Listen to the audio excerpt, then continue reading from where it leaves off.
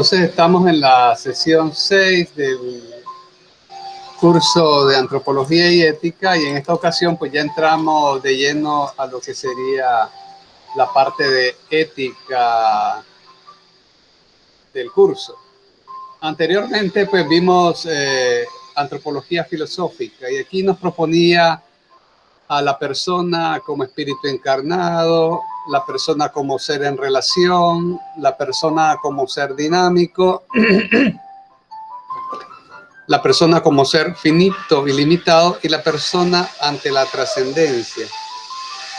Entonces, desde este sentido, vemos cómo la antropología filosófica está unida a la ética. Y bueno, vemos también acá que la ética general pues guarda una cierta relación en cuanto a que tienen que ver pues con el ser humano. Sin embargo, perdón, los dos tipos de estudios pues tienen sus diferencias. Los dos tipos de estudio también pues entran dentro del ámbito de la filosofía. Y bien, sin embargo, vamos a explorar qué tiene que ver la ética. Vamos a ver que la ética en nuestro caso pues va a estar diferenciada en una ética general y una ética especial. En cuanto a la ética general, pues vamos a abordar dos grandes temas, que sería el motivo del obrar humano y la fenomenología de la conciencia. Permítame un momentito.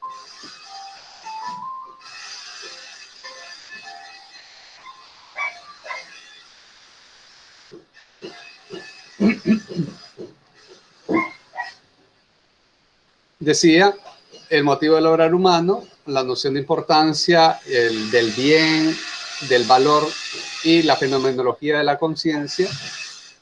Ahí entran los tipos de conciencia, el rol de la conciencia, las fuentes de error que puede haber en la conciencia, la culpabilidad y el asentimiento. Y en la parte de la ética especial, pues tenemos el derecho a la vida ante todo, ¿no? Y hay algunos temas muy claves que tienen que ver con la bioética. Y está el suicidio, el homicidio, el asesinato, el duelo, ¿verdad? Que se hace entre dos personas, por ejemplo, ¿no? Un duelo a muerte. La guerra, el genocidio, el aborto y la eutanasia. ¿Qué es eutanasia, profe? La eutanasia viene del griego eus, que significa bien o bonito, y thanatos, que significa muerte. Entonces sería como un bien morir. Dicho de otra manera, es como una muerte dulce. Pero bueno, ahí vamos a examinar un poco, ¿no? ¿En qué consiste eso de la eutanasia también? Como uno de los temas especiales pues, que vamos a ver.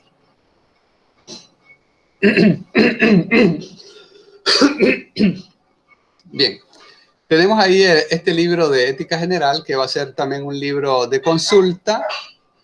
Ya, aparte de lo que yo les voy proponiendo, este es un libro de consulta que está ahí en el aula virtual, para que ustedes pues hagan alguna lectura y puedan profundizar un poco más sobre algunos temas de ética general, que ustedes tengan ahí interés también en ampliar más información.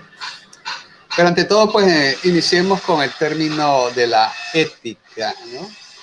Seguramente ustedes lo han escuchado, ¿no? Y posiblemente en alguna clase algún profesor les puede haber dicho, ¿no? Que la ética va relacionada con la moral, que la ética pues viene del griego ethos y moral viene del latín mos, moris, y que ambas significan costumbres. O sea, relativamente pues sí. Sin embargo, desde la perspectiva pues filosófica que estamos acá, vamos a encontrar algunas diferencias, ¿ya? Y la moral pues va a ser un objeto de estudio de la ética, Pero la moral viene siendo más, ¿no? El tipo de comportamientos y de conductas que nosotros como seres humanos asumimos gracias a nuestro grado de libertad que tenemos, de poder elegir lo bueno de lo malo, ¿no? Y que si elegimos lo malo, pues hay una sanción, tanto de nuestra conciencia como a nivel social. La ética, pues, es lo que vamos a ver ahorita, ¿no? Pero sí tiene que ver, pues, con la moral en cuanto que el contenido de lo que estudia la ética, pues, se basa en los contenidos morales, pero la ética viene siendo ya más parte de un acuerdo social que hay también y que no solamente se reserva al individuo, sino también a las organizaciones. Bueno, la ética es una rama de la filosofía cuyo objeto de estudio es la conducta humana, ¿ya? Pero desde una perspectiva de totalidad, ya no solamente de aspectos meramente prácticos, sino de aspectos que tienen que ver la totalidad humana. Vamos a ver qué es eso. Se va a diferenciar de otras ciencias que también estudian la conducta, ¿ya? Porque hay otras ciencias que lo hacen, como ¿cuáles? La psicología, ¿ya? La sociología, que estudia, ¿no?, los comportamientos sociales, la teología, en cuanto que indica qué comportamientos son correctos, ¿ya?, y que agradan a Dios, y por tanto los que no son correctos, pues se llaman pecados. La metafísica, ¿no?, que tiene que ver con la realidad humana, ¿ya? Y la antropología, que acabamos de ver, ¿no?, en cuanto a esos comportamientos humanos que se dan en determinadas culturas. Bueno, la ética se ocupa únicamente de las acciones libres y conscientes del ser humano. Ya, solamente de eso se ocupa. Es decir, lo que se llamarían actos humanos desde la perspectiva filosófica. Dejando de lado aquellas acciones que puedan ser biológicas, que también forman parte de la naturaleza humana. A esto pues se le llamarían actos del hombre. Estas acciones biológicas pues ya no son conscientes, ya no son libres. Ya, como decir la respiración, ¿ya? Es que si yo quiero dejo de respirar. Sí, pero realmente la respiración es un acto inconsciente. Ya uno respira o todos los latidos del corazón, la sensación de hambre, ¿ya? Yo puedo, por ejemplo, aguantarme, ¿no?, el hambre, pero no puedo dejar de sentir hambre. Es parte de mi naturaleza. Pero eso no es una acción libre, sino que forma parte de mi actividad natural. En cambio, hay acciones que sí son libres, son conscientes y que yo las puedo hacer o dejar de hacer. Pero hacer o dejar de hacer tienen sus propias consecuencias, ya sean para bien o para mal del estado de la conciencia del ser humano. Y por tanto, hay sanciones, ¿no?, tanto positivas como negativas, ¿no? Las sanciones positivas pues son los premios, las sanciones negativas los castigos, ¿no? Por eso es que hay personas que están en la cárcel, ¿ya? Por eso es que ya yéndolo al ámbito escolar, hay sanciones, ¿no? Hay un código de ética, de comportamientos, que si se cumplen, pues hay sus sanciones positivas, ¿ya? Son los premios, las aprobaciones, los diplomas, etcétera. Y si no se cumplen, pues están las sanciones negativas, ¿sí? Ya no están esos premios, esos diplomas o esos reconocimientos. Incluso, pues hasta puede haber la expulsión del centro escolar dependiendo del tipo de sanciones, ¿no?, y del tipo de actuaciones que se hayan hecho de manera libres y conscientes, ¿ya? Entonces esa es la clave en la parte de la ética. Se actuó con libertad, estaba consciente la persona que lo estaba haciendo. Entonces, si había libertad, si había conciencia, entonces ahí es donde vienen las repercusiones de la ética. Entonces, desde estos dos parámetros podemos nosotros ya empezar a examinar un poco el entramado de las actuaciones humanas, ¿no?, para poder identificar si son correctas o incorrectas. Es decir, si son dignas de una sanción negativa o no. Bueno, decimos pues que en el caso del amor, podemos encontrarnos tres términos aquí hablando de la ética. Por un lado tenemos la moral, lo moral, lo que es inmoral y lo que puede ser amoral, ¿ya? Porque también tenemos que identificar estas cosas, estos conceptos. La moral designa el modo de gobernar las propias acciones de forma correcta. Y esto es algo deseable. Ya en el ser humano, pues, nosotros podemos gobernar nuestras propias acciones. Actuando con libertad y con conciencia, podemos fallar, sí, a esta actuación correcta. Entonces, nuestra conciencia nos avisa de que no estamos o no vamos a actuar correctamente. Y aún así, podemos actuar de manera indebida. Por otro lado, está lo que es inmoral. Entonces, donde ya viene lo contrario, pues, a esa actuación correcta. ¿Ya? Designa lo que va en contra de la moral. Y esto ya no es deseable. Y entonces tenemos que tomar en cuenta eso, ¿no? Lo moral y lo inmoral se hacen de manera consciente y libre. Lo moral es la forma correcta, pues, de actuación, y lo que se opone a esa forma correcta sería lo inmoral. Y por otro lado tenemos lo que es amoral. Con este término se designa lo que está al margen de lo moral. Como decir, las acciones biológicas que nos ocurren, ya, tener hambre, tener sueño, o las acciones físicas que nos pueden acontecer, ya, tener frío, tropezarse, por ejemplo, en la calle, ya, eso no es un acto de moralidad, ¿no? Caerse, ya, entonces hay que ver, ¿no? Por tanto, si yo me tropecé y empujé a otra persona, ya, fue algo pues que no hice de manera libre o consciente. Y por esta razón yo puedo pues estar eximido hasta cierto punto de culpa. Es decir, hay atenuantes. Y este es otro término pues importante que nosotros tenemos que considerar. Si hay atenuantes. ¿Cuándo hay atenuantes? Cuando las acciones se realizaron de manera... Buenos días, profe. Buenos días. Cuando las acciones se realizaron de manera no libre ni consciente. Como eso, ¿no? Ibas y te tropezaste, ¿no? Te fijaste que había una piedra ahí, te tropezaste y empujaste a otra persona, ¿no? Ya no lo hiciste con voluntad. No había, en este caso, pues libertad ni conciencia de actuar mal. Distinto es que lo hagas con conciencia. Ahora bien, lo difícil pues, puede ser determinar si la actuación realmente tenías la voluntad de hacerla o no. Bien, cuando veamos más adelante los elementos de la conciencia, pues vamos a hablar un poco más. Entonces ahí tenemos, ¿no? En la figurita esta, ¿no? Tenemos ahí esta persona con un angelito por acá diciéndote que actúes de manera correcta, es decir, moralmente, y un diablito por acá, ¿no? Diciéndote que no, era que actúes de manera incorrecta, es decir, de manera inmoral. Esos son las alegorías, ¿no? De lo correcto y de lo correcto, de lo moral y lo inmoral.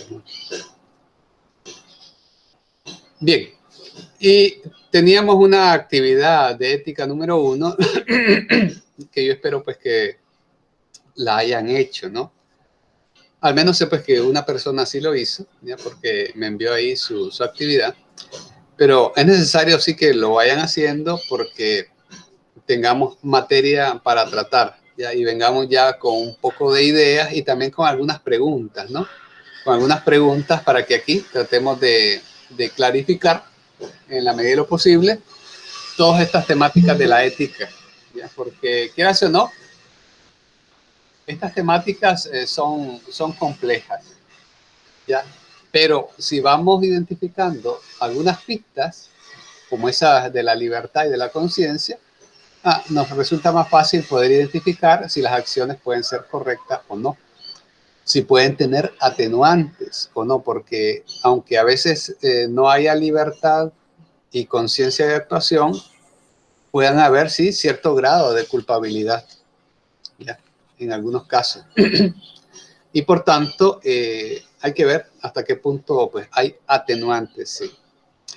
Bien, entonces, decíamos que la ética pues le interesa ver la actuación del ser humano y lógicamente la actuación correcta. Entonces, había una primera pregunta, ¿no? Y nos dice acá, ¿por qué actuamos? ¿Ya? ¿Por qué actuamos? Entonces, dentro de estas concepciones, pues nosotros ya sabemos que siempre actuamos por algún motivo. No actuamos así, sin razón, sin sentido. Siempre hay algún motivo. Ya, y actuamos no solamente para hacer lo bueno, también actuamos para evitar lo malo. ¿Ya? Y a veces actuamos para hacer lo malo, ¿no? Pero si actuamos es para eso, ¿no? Para buscar el bien. Y por eso es que vamos a ver pues, que hay algunos conceptos claves como la noción de importancia, la noción de bien y la noción de mal. ¿Ya? Y después vamos a centrar un poco pues lo que es el bien, porque eso es lo que nos interesa pues bastante, ¿no? Entender y comprender qué cosa es el bien. Porque como ya hemos sabido, pues es fácil que los seres humanos digan el bien a lo que es mal y llamar mal a lo que puede estar bien, ¿ya? Los seres humanos pueden confundir eso. Entonces necesitamos hacer un esfuerzo, en este caso, de poder identificar qué cosa es el bien, ¿ya? Para diferenciarlo realmente del mal. De eso trata pues también el estudio filosófico, de poder ayudarle al ser humano a poder hacer un esfuerzo, ¿ya? Un esfuerzo mayor para que racionalmente pueda diferenciar lo que está bien de lo que está mal, ¿ya? Porque no todo lo que yo considere como bueno puede ser bueno. Entonces, ese esfuerzo racional es lo que vamos a llamar como sindéresis, ¿ya? La sindéresis, por ahí más adelante está, si es que ya no lo han leído ya en el documento, ¿ya? La sindéresis, es decir, ese esfuerzo racional por encontrar el bien, ¿no? Racionalmente, poder identificar lo que está bien de lo que está mal, ¿ya? Y no confundirlo, porque esa es la cuestión, no confundirlo. Ya, este mundo está plagado de mucha gente que a lo bueno le llama malo y a lo malo le llama bueno. ¿Por qué? Porque cada cual busca sus propias consecuencias, sus propias, conveniencias. Entonces, aunque algo esté bien, ya yo no le puedo llamar mal. Ya. Y aunque algo esté mal, yo no le puedo llamar bien. Ya también hay una máxima en filosofía, sobre todo en filosofía moral, de que aunque para la mayoría algo esté mal siendo bueno, no va a dejar de ser bueno. ¿Ya?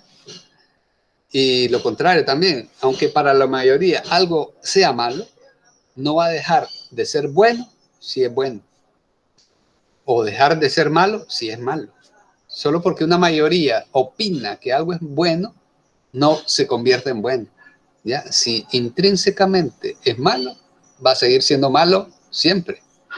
Y toda la vida, hasta que los seres humanos dejen de existir. ¿Ya? ¿Por qué hasta que los seres humanos dejen de existir? Porque entonces se van a acabar ese tipo de problemas. ¿Ya? Porque son problemas humanos. Bien, entonces encontramos primero pues la noción de importancia. Y bueno, si ustedes leyeron un poco por ahí, tuvieron que haber detectado, ¿no? Que nosotros pues nos encontramos ante objetos o ante situaciones ante los cuales nuestro interés ya siente una motivación, ya sea para acercarnos a ese objeto, a esa situación, hacerla nuestra, desearla, o por el contrario, rechazarla, ¿no? De ahí viene la noción de importancia. Es importante ya sea porque siento motivación positiva de mi voluntad, ya de acercarme, de apreciar eso como bueno, y es lo que llamamos pues bienes, o bien de rechazarlo. Mi voluntad lo rechaza porque es desagradable, porque no es correcto, o así lo siento. Y a esos, pues, objetos o situaciones le llamamos males. Ok, entonces, si ya vemos, pues, que las cosas son importantes y por eso las apreciamos o las rechazamos, lo que no es importante, pues, sería algo indiferente. ¿Ya? Ni lo acepto ni lo rechazo. Ya. Entonces, eso es lo que no es importante. Es cuando hay una indiferencia ante algo. Pero si algo me atrae o me causa repulsión, entonces es importante. Sin embargo, pues hay una importancia que voy a llamarla como bien y otra que la voy a llamar mal. Bueno, entonces, ¿qué vamos a entender por el bien? Y vemos que también hay unas clases de bienes también, ¿no?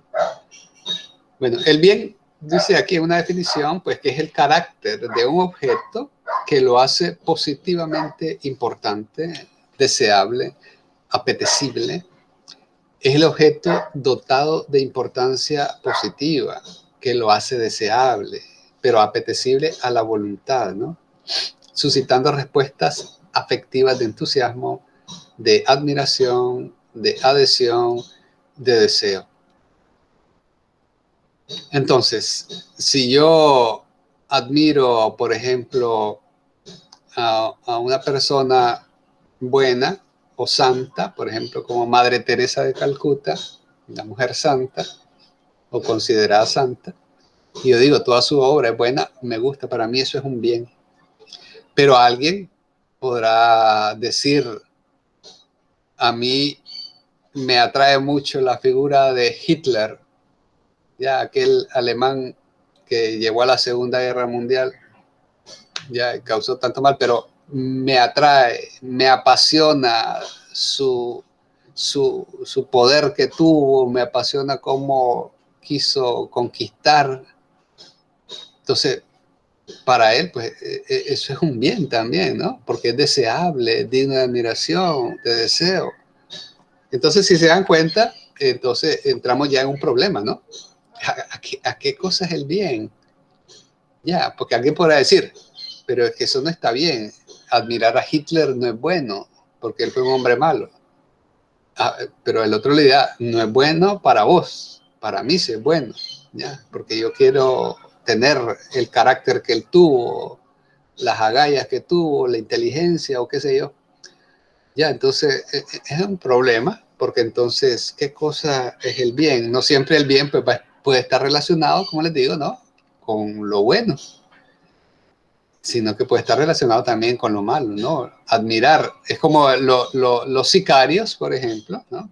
Personas que matan a otras personas por dinero, pueden admirar a otros sicarios, ver cómo hacen su maldad, ¿no? Cómo hacen sus asesinatos, los admiran. Ya, cada quien pues tiene algo que admirar. Entonces vemos que hay un problema entonces a la hora de, ético, ¿no? A la hora de poder comprender qué cosa es el bien. Entonces, para ir también clarificando esto, pues entonces la filosofía nos propone algunas clases de bienes, ¿ya? Entonces, tenemos pues los que son los bienes subjetivamente importantes y los bienes que son intrínsecamente importantes en sí mismos. Bueno, también les digo pues que si alguno quisiera hacer alguna intervención mientras yo voy avanzando en este discurso, pues también lo pueden hacer, ¿oyeron? Sobre todo si leyeron anteriormente o si tienen pues alguna duda, porque me interesa pues que clarifiquemos también, ¿ya? Estas cosas. Entonces, tenemos, alguien iba, Eddie Velázquez, diga. Buenos días a todos, profe, con respecto a lo que es lo bueno, como usted mencionaba, no siempre quiere decir que las personas se van a ver atraídas hacia lo que es lo correcto. O sea, para alguien que le gusta o que roba, Para él poder robar algo, eso sería para él, pues sería como algo bueno de lo que subsiste, siempre lo va a ver bueno, aunque lo demás lo tachemos. Entonces mi pregunta era, ¿qué categoría del actuar humano puede podríamos decir, señalar si la acción o la conducta éticamente correcta? No, porque que también tendríamos que sujetarnos a lo que piense la mayoría o a la sensibilidad, lo que la mayoría opina como correcto y de como correcto, pero socialmente la persona aislada de cualquier concepto, de cualquier señalamiento, esa persona siempre va a ver lo malo o lo va a ver eso como su bien supremo, el robar, el matar o delinquir para obtener la subsistencia, o para como su trabajo de cada día, y lo va a ver como bueno.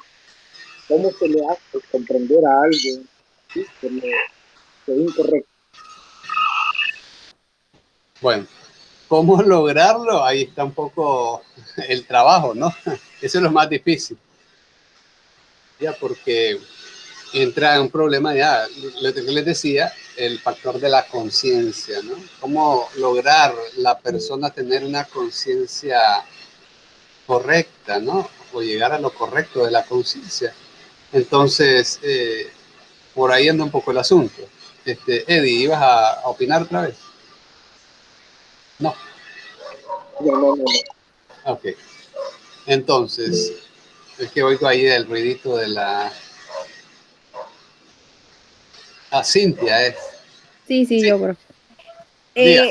Hablando un poco con respecto al tema que decía usted de la noción de la importancia entre el bien y el mal, entonces yo pensando pues todo eso, yo digo que igual también eso viene de la forma de la crianza propia, lo que estamos viendo acostumbrados a ver, o sea, puede ser que el bien lo miremos como un mal y el mal lo podemos observar como un bien dependiendo pues del entorno o de la familia en que vivamos, pues, porque por lo menos yo digo, eh, unas personas que vivían en Ciudad Sandino vinieron para acá y, o sea, son de esos que están acostumbrados a ir a las calles a pedir, a veces hasta ponen en mala a sus hijos de que están enfermos y viven, o sea, piden y todo. Yo digo, ellos lo miran como un bien, pedir y vivir en las calles, porque eso es lo que le está enseñando, por así decir, su mamá. Así Entonces es. yo digo, eso viene del entorno, profe, ver cuál es el bien y cuál es el mal. En el entorno en el que nos rodeamos, miramos lo bueno que puede ser a veces malo. Así es. Por eso es la necesidad ya de que nosotros podamos vivir de una manera humanamente aceptable, de una manera con todos los bienes básicos suficientes, y esas son las labores que tienen que tener pues los estados, asegurar que sus ciudadanos vivan de una manera conveniente, adecuada, que tengan educación, porque a través de la educación es que se pueden hacer ese tipo de avances sociales. Si no, las personas simplemente van tratando de subsistir, y en esas subsistencias, pues, es donde las personas aprenden a vivir a como su propia necesidad le lleva a vivir. María Félix, diga. Sí, profe, yo creo que como dice Cintia, todo viene de cómo nos han educado. Porque de un principio el Señor nos dio libre albedrío, profe, para escoger el bien y el mal, porque como seres humanos racionales que somos, ¿verdad?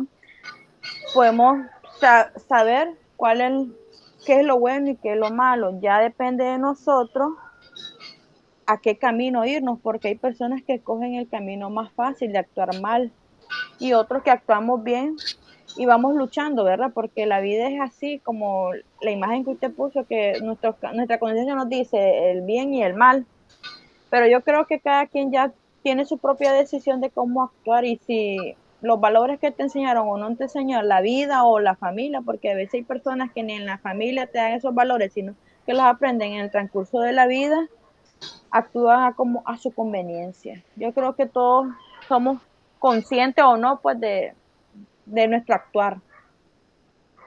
Así es. Y algo importante que saber es las enseñanzas que dejó Aristóteles con respecto del justo medio. Ya, Aristóteles, si algo decía, que donde el bien se podría encontrar pues, más fácilmente, es en el justo medio. ¿Qué quiere decir eso del justo medio? Que los extremos son peligrosos. Así podemos encontrar socialmente, ¿no? Encontrar la clase alta, la clase media y la clase baja. Pero tanto en la clase baja como en la clase alta hay vicios. En la clase alta están los vicios debidos a sus riquezas, ¿ya? Y en la clase baja están los vicios debidos a sus pobrezas, ¿ya? En la clase baja, pues las personas viven ahí en sus miserias y luchando simplemente por subsistir, no les da tiempo, no les da oportunidad realmente para pensar, para reflexionar. Y en la clase alta, que ya tienen pues sus bienes ya satisfechos, naturales, ya buscan siempre más poder y buscan cómo estar ya encima de otros y se enfrascan en otro tipo de problemas, ya que superfluos, cosas superfluas, superficialidades, ¿no? Que lo llevan a tener ese tipo de vicios. En cambio, dice, la clase media está en el equilibrio porque no tienen las miserias que pasa la pobreza, pero tampoco tienen satisfecha ya totalmente su vida, entonces tienen que seguir luchando y por eso la clase media está en ese equilibrio, ¿ya? Ahí donde hay un mejor comportamiento social. Y si lo vemos socialmente también en nuestra actualidad, la clase media realmente es la que impulsa al país. La clase media, a diferencia de la clase pobre, pues tiene los medios necesarios para subsistir y un poco más. ¿Ya? No tanto como la clase alta, pero tiene lo suficiente como para poder tener los bienes básicos, agua, luz, estudios, ¿ya?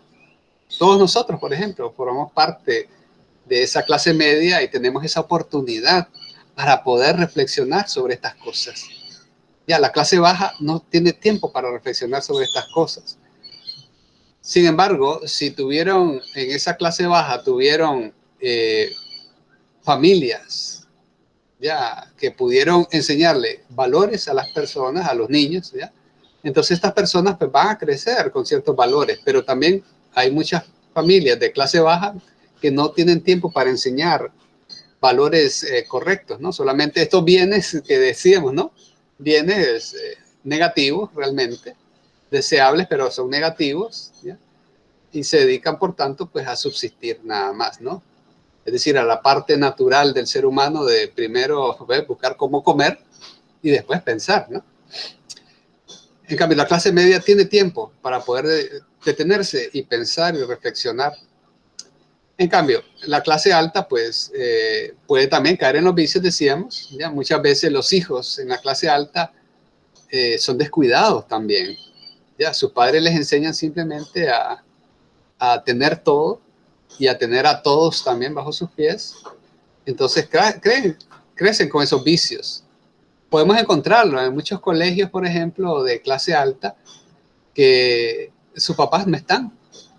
Como a veces son empresarios, viven viajando, viven en otros países, viven en su empresa, llegan noche, nunca miran a sus hijos. Entonces, ¿con quién se relacionan estos niños?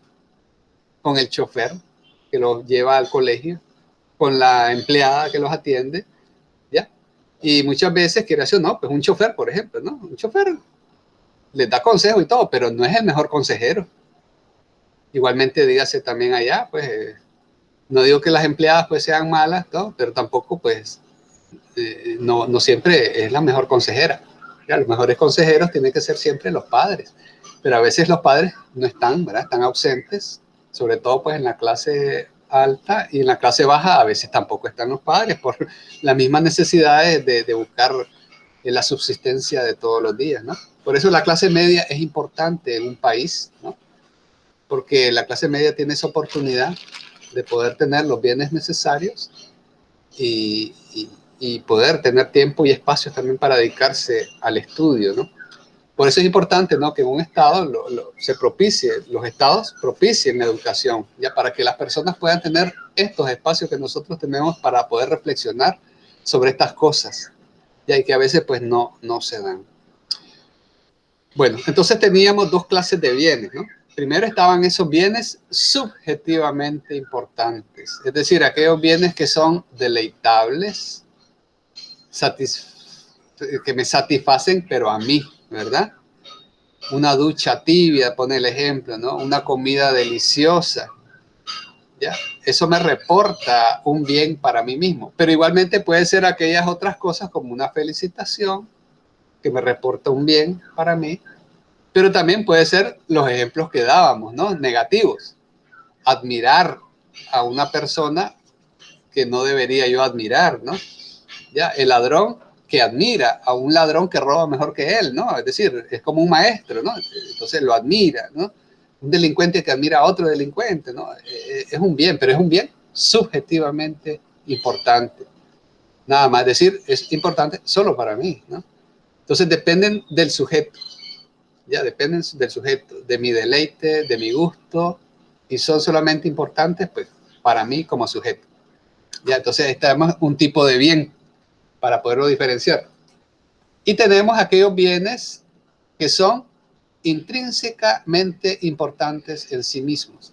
Ya, aquí ya requieren pues otro poquito de esfuerzo para saberlos diferenciar, porque son aquellos que pueden causar admiración, entusiasmo, aprobación, pero de una manera desinteresada. Aquí hay algunos ejemplos, ¿no? Un acto de perdón, por ejemplo. Ya, y no es un acto de perdón en el que yo esté involucrado. Yo lo puedo contemplar en otras personas, ¿no? Como otras personas son capaces de perdonar a otros, ¿no? Entonces ese acto de perdón es bueno. A mí no me está afectando porque ni yo fui el culpable ni a mí me están dando el perdón, ¿no? Sino que simplemente lo estoy contemplando y miro que es algo bueno. Ya, qué bonito. O una puesta de sol, ¿no? Me puede impactar esa puesta de sol y me puedo llegar a admirar cómo es la naturaleza, ¿no? Sin embargo, eso es un ratito que se da, la puesta de sol, pero me causa un cierto impacto, ¿no? O una limosna que alguien da a otros, ¿no? Igual, ¿no? Son actos intrínsecamente buenos en sí mismos. O un acto heroico, ¿no? Una persona, ¿no?, que logró salvar a otra persona, o algún animalito que se estaba ahogando, un perrito que estaba ahogando. Entonces uno dice, bueno, fue un acto heroico, qué bueno, ¿no? No me afectó a mí en nada, ¿ya? No me salvaron a mí ni nada, pero yo contemplo y digo, oye, esto, qué bueno. O sea, mi naturaleza humana me hace experimentarlo como bueno. Ya, entonces estos actos son buenos, no para mí, sino simplemente son buenos. Son heroicos, sublimes, nobles, bellos. Y ahí es donde ya entra en juego un poco la estética, ¿no? Indica pues esta clase de bienes. Y este tipo de bienes que son intrínsecamente importantes en sí mismos, ¿ya? No porque yo los quiera considerar importantes, sino porque lo son, es lo que nosotros vamos a conocer pues como valores, ¿ya? Ese tipo de bienes van a ser valores. Y entonces este tipo de bienes ya se caracterizan por unas 4 distinciones, que ahí las tenemos aquí en pantalla, pues subrayadas, ¿no? Para poder identificar, pues, aquellos bienes que son solamente subjetivos, admirar a Hitler o admirar a Madre Teresa de Calcuta, de aquellos bienes que son intrínsecamente importantes en sí mismos, es decir, no dependen de mi admiración, de mi gusto, de mi deleite, sino que son importantes por sí mismos. Primero, tenemos por la razón de su importancia, ¿no? Ok, son intrínsecamente importantes porque lo son, dice, independientemente del placer o satisfacción que puedan suscitar. Son importantes en sí mismos de manera objetiva, ya no subjetiva, sino objetiva. En ellos, en el objeto radica el bien. porque la importancia del objeto brota de su propia belleza, ¿ya? De su propia dignidad, de su propia bondad. Si nos damos cuenta, pues, lo bello, lo digno, lo bueno realmente deben ser de una manera, pues, positiva. La cuestión está cuando el ser humano considera bello, digno y bueno cosas que no son positivas para el ser humano. ¿Ya? El ser humano va a ser, sí, la medida, ¿no? La medida de la moralidad. Cuando algo va a ser bueno, bello, digno, si hace algo bueno a la naturaleza humana, ¿ya? No porque yo quiera o considere que sea bueno, sino porque es bueno para la naturaleza, para la especie humana. Si no es bueno, ni bello, ni digno para la especie humana, entonces queda en entredicho que realmente sea un bien, ¿ya? Y pueda ser considerado como un valor. De lo contrario, posiblemente solamente sea una consideración subjetiva. Entonces ahí es donde vamos a encontrar pues la diferencia entre lo subjetivo y lo objetivo, para poder ir identificando por esta sindéresis lo que puede ser correctamente bueno de aquello que no es correctamente bueno. Entonces, mis reacciones no pueden alterar en nada esos valores. Un acto heroico, aunque yo digo, no, ese acto no estuvo bueno, es malo. No, el acto siempre va a ser heroico, aunque yo diga que no. Ya no depende ya de mi voluntad, de mi interés, de mi decisión, que el acto deje de tener valor en sí mismo. Bueno, tenemos también, B, dice, el estado del sujeto. ¿Ya? El valor nos eleva, nos libera del egoísmo, nos hace también incluso descansar, ¿no? Un acto de perdón no es bueno para mí, es simplemente bueno. ¿Ya? Entonces, el valor nos da la posibilidad de trascender los límites de nuestra inclinación. Cuando yo admiro un valor, un acto heroico, yo trasciendo. ¿Por qué? Porque ya no me quedo en mi puro interés personal de que solo a mí me hagan el bien, sino que yo me doy cuenta de que el bien por sí mismo me hace admirarlo, me hace desearlo, aunque no sea un bien para mí. Y por eso es que un acto de bondad, un acto heroico, la gente aplaude, ya lo aplaude. ¿Por qué? Porque es algo de admirar, de decir, me hace trascender. Ya no me quedo en mi puro interés personal, en mi indiferencia, sino que realmente trasciendo y me lleva a expresarme de alguna manera. En este caso lo hago aplaudiendo, ¿no? Entonces me hace trascender mis límites de mi inclinación, de mis impulsos naturales, ¿no? O enraizados en mi naturaleza meramente sensible. El acto nos deleita, ¿no? Ese acto de valor nos deleita, ¿ya? Pero ese deleite es secundario, sí, en comparación del valor, ¿ya? Por otro lado tenemos, ya, ese es el estado del sujeto, ¿no? Tenemos la respuesta del sujeto, es decir, que el bien que posee un valor nos exige la obligación de dar una respuesta adecuada. Por alguna razón, nosotros tenemos la conciencia y en nuestra conciencia humana se da esa respuesta, ¿ya? Ante un bien subjetivamente importante, ¿no? Como puede ser una comida rica, ¿no? No siento pues ninguna obligación de dar una respuesta, ¿ya? Más que el gusto que siento en comerlo, ¿ya? Pero también podría no sentirme obligado a comerla, aunque sea una comida deliciosa. En cambio, cuando nos encontramos ante un bien intrínsecamente importante como acto heroico, ese objeto nos exige dar una respuesta adecuada, ¿ya? La respuesta la da nuestra conciencia, es decir, de admiración, de adhesión, de obligación incluso ante el bien. ¿Ya? ¿Por qué? Porque nuestra conciencia humana es así. Por alguna razón, como les digo, nosotros tenemos algo en nuestra conciencia que no nos puede dejar indiferentes ante una actuación, ya sea una actuación buena o una actuación mala. Si nosotros vemos, ¿no?, que un muchacho, por ejemplo, empuja al viejito que va cruzando la calle, nosotros lo vemos malo desde el momento que vemos eso, ¿no? Y de ser posible, ¿no? Si nosotros nos sentimos con la suficiente fortaleza, posiblemente vamos y perseguimos al muchacho y lo apaleamos, ¿no?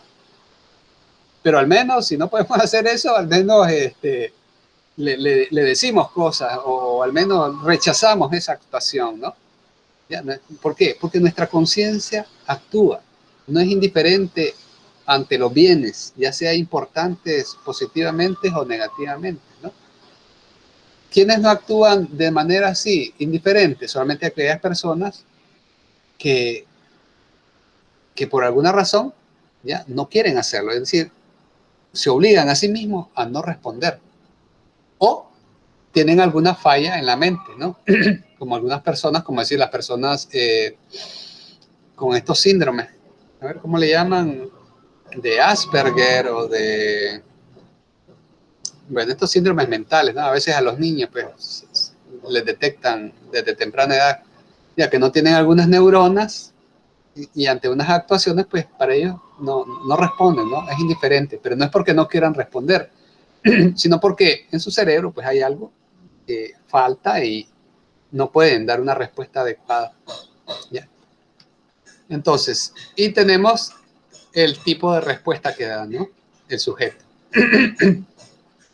La respuesta no es interesada, ¿no?, como en el caso del primer caso subjetivo, ¿no?, sino que la respuesta a los valores es de manera desinteresada, ya no centrada en mi propio yo, sino que el valor, ¿ya?, que se nos impone exige una respuesta de adhesión, de obligación, de admiración, de aceptación, ¿ya?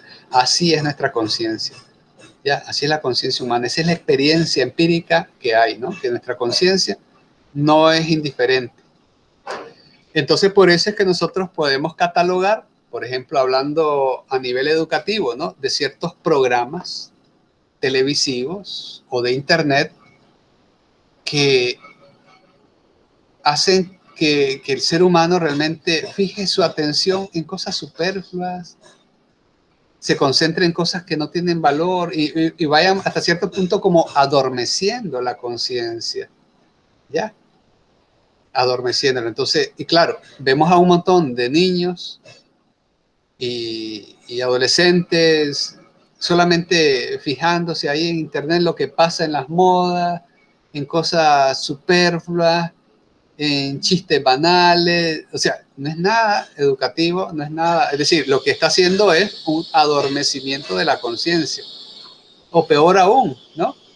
Cuando se utiliza, pues, ¿no?, el marketing para que igualmente, ¿no?, los niños se concentren y los adolescentes se concentren en modas, en objetos, en comprar esto, en comprar lo otro, ¿ya? Entonces se utiliza, ¿no?, la conciencia de los niños para que puedan estar comprando cosas superfluas, ¿no? Y hay niños que lloran y patalean porque no tienen el celular o porque no tienen tal cosa, ¿no? Tales zapatillas, ya tal ropa, y patalean y lloran, ¿ya? Entonces es un problema social, ¿no? Y el problema también es un problema ético porque ataca directamente la conciencia de los niños, ¿no? A veces no sé si a ustedes les puede haber pasado, ¿no? O han visto cómo a veces un papá se queja, ¿no? Dice, yo le he enseñado cosas buenas y ahora este chaval no parece mi hijo, ¿ya? No sé qué le pasa, ¿ya? Entonces tiene que ver con todo eso, ¿no? Tiene que ver con eso, aparte pues de las amistades que pueda tener, pero sí todas las influencias que hay de los medios de comunicación, ya, los medios de información, ya, cómo adormecen, ¿no?, la conciencia. Bueno, y avanzando acá, pues tenemos también, dice, ¿qué son? Una pregunta, ¿no? ¿Qué son los bienes objetivamente importantes para la persona, ¿no? Porque tenemos los bienes intrínsecamente importantes en sí mismos, pero también hay bienes que son objetivamente importantes para mí, ¿ya? No tanto para la especie humana, pero sí para mí. Entonces, estos pueden ser como salvarse de un peligro que amenaza la vida, o la búsqueda igualmente de la salud ante una enfermedad que tengo, o la búsqueda de seguridad ante determinados peligros, o la búsqueda de libertad ante situaciones en las cuales me encuentro preso, esclavizado o raptado, por ejemplo, o bien mi propia dignidad como ser humano. Entonces, son bienes que son objetivamente importantes para la persona. Ahora bien, si son bienes para mí, en alguna medida, pues deberían ser siempre también para toda la especie humana, ¿no? Ya, lo que pasa, pues, que no toda la especie humana a veces se ve envuelto en todos estos tipos de situaciones, pero sí en algunos. Estos bienes no causan deleite, ¿no? O placer, ya, como la vida, la salud, la libertad, sino que son bienes que tienen un valor objetivo, intrínseco, desinteresado, y que es diverso, sí, de la satisfacción subjetiva, ¿no? Ya, si yo busco la seguridad, por ejemplo, en mi casa, y por eso pongo verjas, ya, no lo hago simplemente, no por una satisfacción subjetiva, sino porque considero que es importante, ¿no? Para nuestra propia seguridad, para nuestra vida, ya, el respeto a nuestra libertad y dignidad por parte, pues, de otras personas. No son solo importantes en sí mismos, sino que son bienes importantes para mí como persona. Y siendo objetivamente importantes en sí mismos, pues presuponen el valor, ¿ya? Por tanto, son valores de modo secundario. Ya, entonces hay bienes, pues, que son objetivamente importantes para la persona. Y por último tenemos lo que sería el bien útil, ¿ya? El bien útil. Hablando, pues, de los bienes, el último. No es un bien por el hecho de tener importancia propia o intrínseca, sino que es un bien porque tiene una importancia indirecta. ¿Ya? Los bienes útiles tienen importancia indirecta. Es un bien no porque sea el que motive la voluntad, sino porque es apto para alcanzar otro bien. De ahí viene la utilidad, ¿no? Es un bien porque es apto para alcanzar otro bien, que sea así objetivamente importante para mí, que es lo que propiamente me motiva.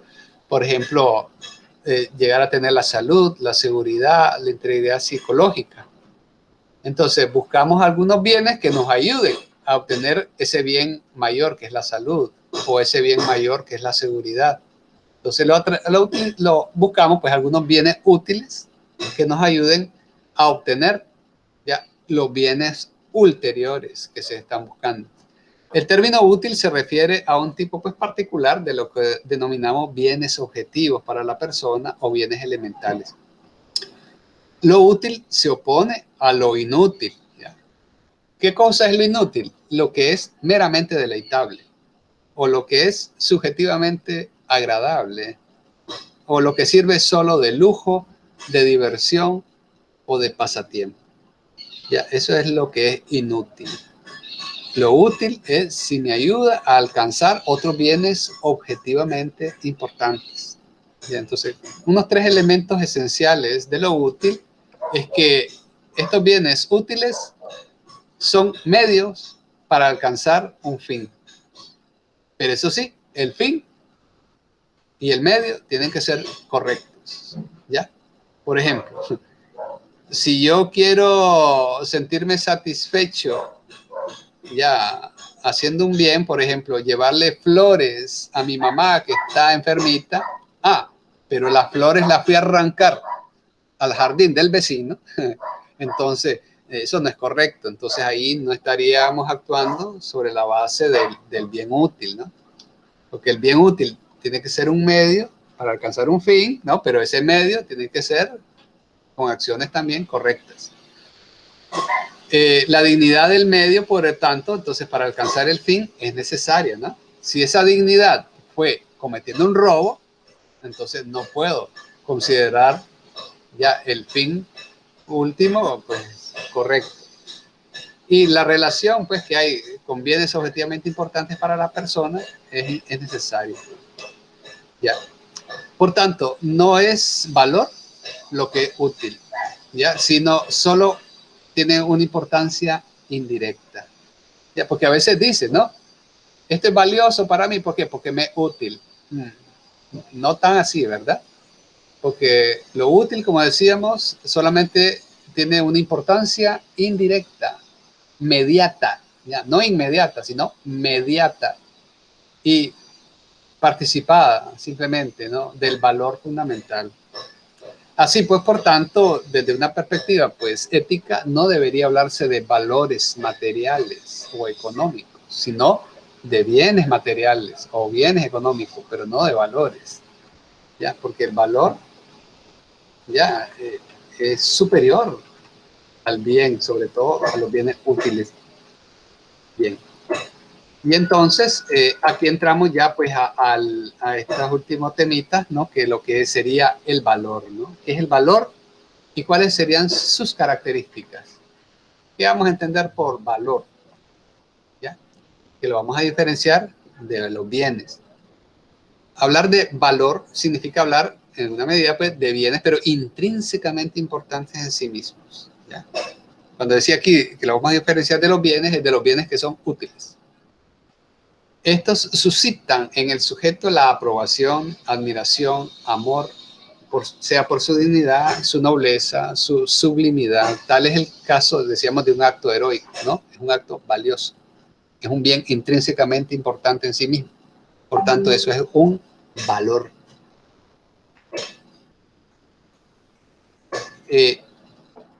Tenemos también, pues, una verdad que sea clara y radiante. Ese es un valor. La vida, ¿ya? Es valiosa en sí misma. Una obra de arte, ¿ya? Puede ser un valor, o la libertad puede ser un valor. Hay algunas personas que dicen, ¿no? Sí, pero es que los valores cambian dependiendo de la sociedad. Es decir, lo que es valioso en una sociedad no es valioso en otra. Sí, pero hay valores, como les decíamos, que dependen de la naturaleza, de las propias exigencias naturales del ser humano. ¿Ya? Si van conforme a las exigencias naturales del ser humano, siempre va a ser un valor. ¿Ya? Sea en China, en Japón, en la India, donde sea, siempre va a ser un valor. Entonces, ¿cuáles son entonces las características del valor? Para poder comprender qué cosa puede ser esto de valor.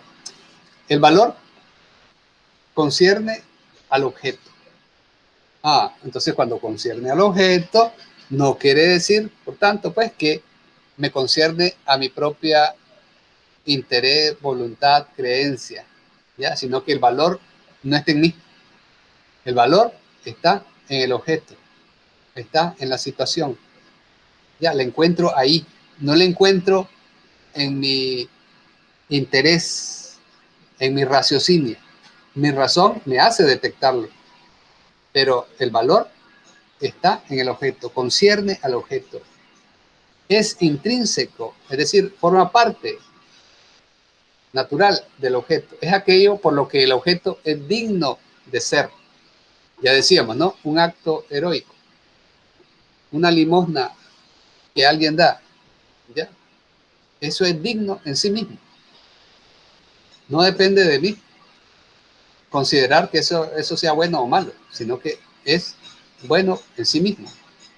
El valor presupone la persona, ¿ya? Se dirige a ella o es actuado por ella, aunque su valor no dependa de la persona, ¿no? Sin embargo, la presupone, es decir, el valor siempre va a ser un bien positivo para la persona humana, siempre. El valor es trascendente, ya no queda encerrado en el objeto en sí mismo, sino que se comunica, se contagia, hace que el sujeto se trascienda. Y por eso decíamos, ¿no? Cuando vemos un acto heroico, la gente aplaude. ¿Por qué? Porque el valor no se queda encerrado en el acto, sino que el valor hace trascender. Mi conciencia detecta el valor y me hace admirarlo, me hace aplaudirlo. Los valores también están jerarquizados. Eso quiere decir que hay distintos tipos de valores, ¿no? y en una medida pues también son graduales. Entonces, en la base de los valores, digamos, pues la parte más baja de los valores, tenemos los valores estéticos, ¿ya? Aquellos valores que nos hacen admirarlos por su belleza. Como decíamos, ¿no? Una puesta de sol, un paisaje magnífico, ¿ya? Son valores estéticos. ¿Ya? La misma naturaleza, ¿no? Cuando admiramos a los seres vivientes, ¿no? ¿Cómo están hechos? ¿Cómo funcionan la naturaleza? Ya son valores estéticos, pero están a la base de los valores. Una escala más tenemos los valores intelectuales, ¿ya? Aquellos valores que nos hacen, ¿ya?, entender y comprender las cosas de manera racional, ¿ya? Y poder entender cómo funciona el mundo de una perspectiva racional. Las ciencias humanas, ¿no?, nos hacen comprender desde una perspectiva intelectual. Entonces hay valores intelectuales que nos hacen diferenciar lo bueno y lo malo. Tenemos los valores morales, es por lo cual nosotros nos conducimos, ya no solamente comprendemos los valores, sino que nos conducimos a actuar de una manera moral, correcta, adecuada, dando una respuesta adecuada, ¿no?, a los valores. Y de la manera superior, pues tenemos los valores religiosos, ¿ya?, que son los valores que tienden ya a lo infinito, ¿no?, a una trascendencia superior. Y por lo cual actuamos ya movidos, ya no por meramente el amor a la humanidad, sino por el amor al Creador, ¿no? Actuamos movidos ya porque amamos sus leyes, sus mandatos divinos, creemos que son buenos, ya deseables, y por eso nos dirigimos hacia ellos, ¿no? Y asimismo también, pues el valor va a exigir siempre una respuesta adecuada. Bien. Entonces, aquí tenemos pues este recorrido súper rápido, ¿no?, de lo que sería, ¿no?, los bienes y el valor, ya que son dos elementos necesarios. Ok, ¿alguna opinión, alguna consideración por parte de ustedes?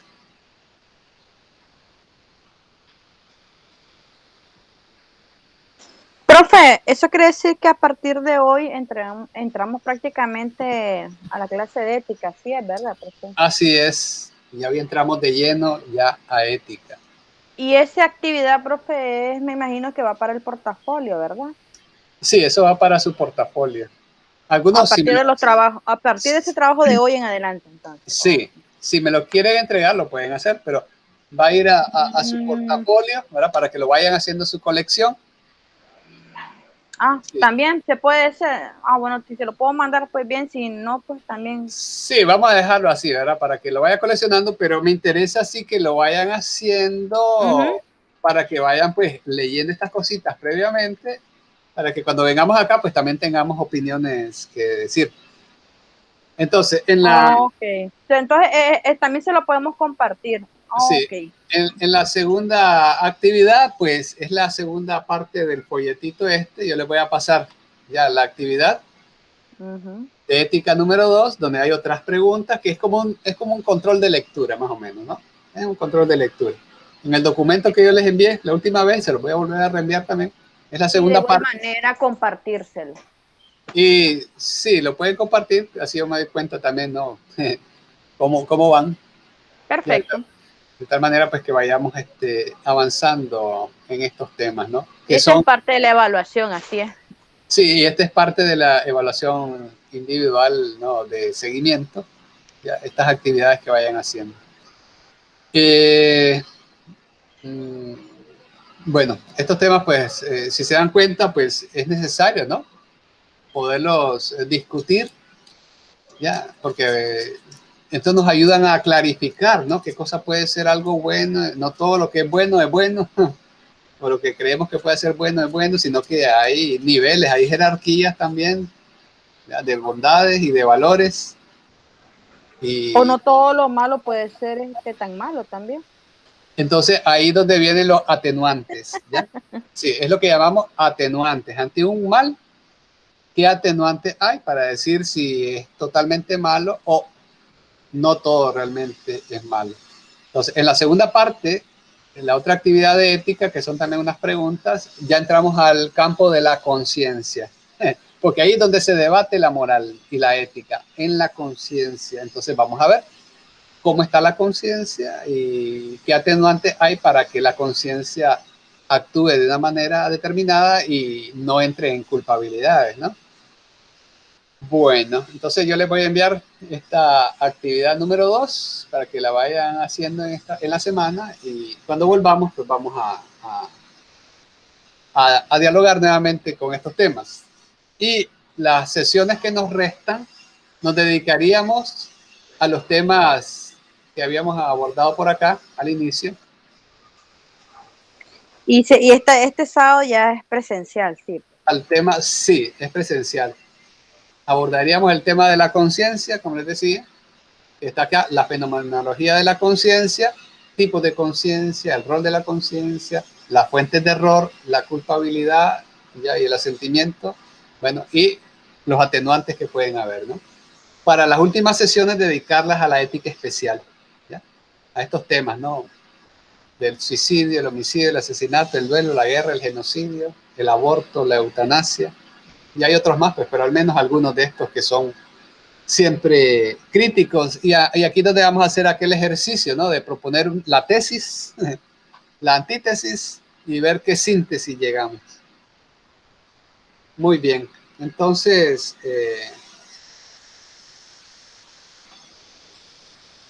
por hoy, entonces, esto sería pues las temáticas que hemos visto.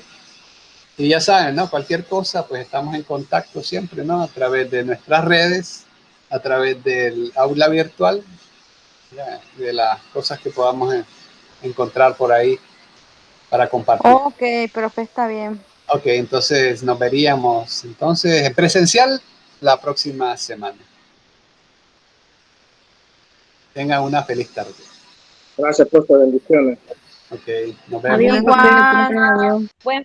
Buen fin de semana a todos y cuídense. A todos, buen fin de semana. Se Igual, cuidan. gracias.